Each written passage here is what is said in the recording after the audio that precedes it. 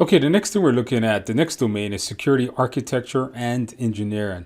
This is probably the most dreaded domain, the most dreaded domain in the realm of the CISSP. And the reason for that is because it includes the dreaded topic of cryptography.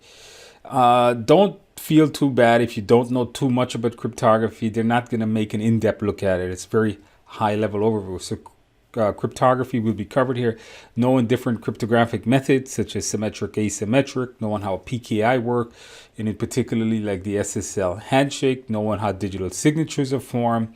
And then at the end of that section, they'll take a look at crypto analysis, which will tell you how to break ciphers.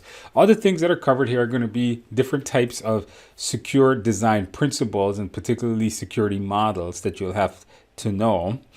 And some of those include like the Bell, Lapadula, and the Biba model, are two famous models that most CISSP candidates will know.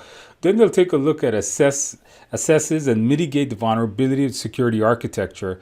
And that goes into different types of systems, whether it's database system, ICS systems. And ICS systems are things that does like water supply and power grids are protocols that powers those things up.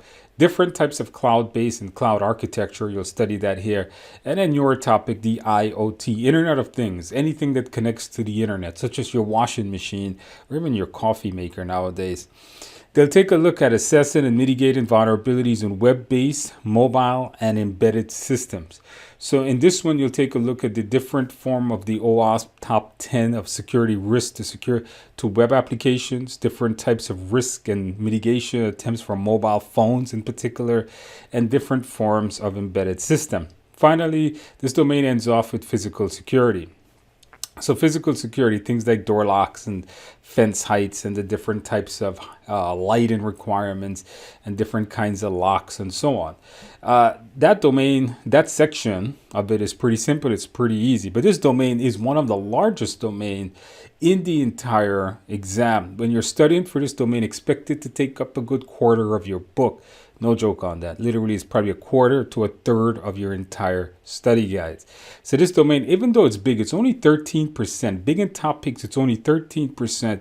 It is considered one of the hardest domains. But I think once you get into it, you'll see it's not that difficult.